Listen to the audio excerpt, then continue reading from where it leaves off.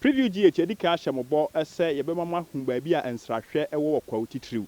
na sabre ye pie mu wo Kwadwo Adwoa Road ehai efiri Twenedurase na wo ekopie mu akwasi hu no kre eye bia bi a ehai fepa yie ne nyina kire mu se kane tete no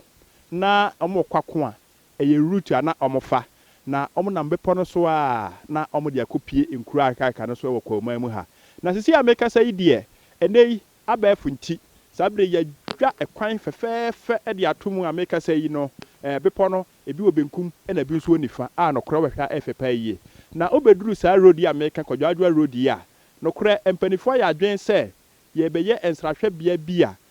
bepo ya ewo ho fefefe yi ye de nhoma besesa ho na watimi anante afiri soro na wabafom watimi afrafa soro na chese wakọ na chese eye ade a betina tetere won na bibia aye kama enu nti sabre de ye bekọ na yakọhwe se de